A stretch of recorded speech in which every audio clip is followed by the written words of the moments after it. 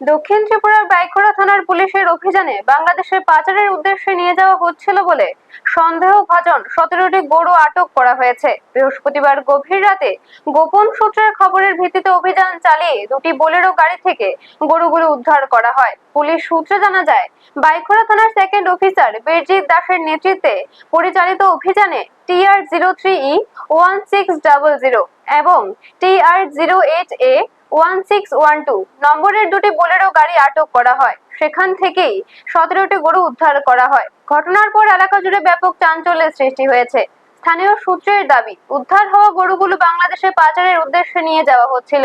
এই ঘটনায় স্বপন দত্ত নামে এক ব্যক্তির নাম উঠে এসেছে, তবে এই অভিযোগের সত্যতা এখনো পুলিশিভাবে নিশ্চিত করা হয়নি। এদিকে স্থানীয় মহলে আরো অভিযোগ উঠেছে যে বাইখোড়া থানা এলাকা সহ পোয়াংবাড়ি এলাকার বিভিন্ন রাস্তা ব্যবহার করে দীর্ঘদিন ধরে গরু পাচারের একটি চক্র সক্রিয় রয়েছে। এই চক্রের সঙ্গে আরো কয়েকজনের নামও স্থানীয়দের অভিযোগে উঠে এসেছে।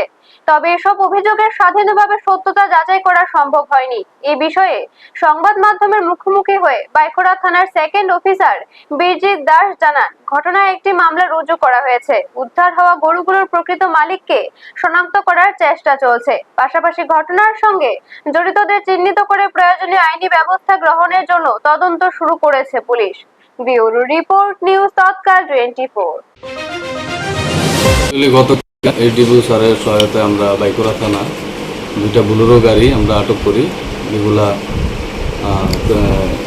ক্রুয়েলিটি টু অ্যানিমাল অ্যাক্ট ভায়োলেশনে আমরা দুইটা গাড়ি থেকে মোট 17টি গরু আমরা এবং গাড়িরও সিজ করি এবং এগুলো এখন তো এই ব্যাপারে একটা কেস রেজিস্টার হয় বাইখোড়া থানাতে 325 BNS এবং the cruelty two animal act সেকশনে এবং এমবি অ্যাক্টের 11 সেকশনে কেস রেজিস্টার হয়।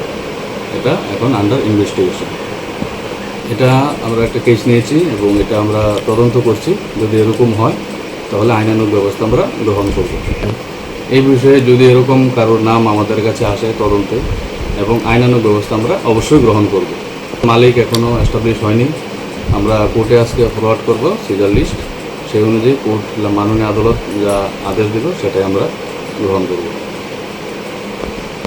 আপনারা দেখছেন নিউজ তৎকাল 24।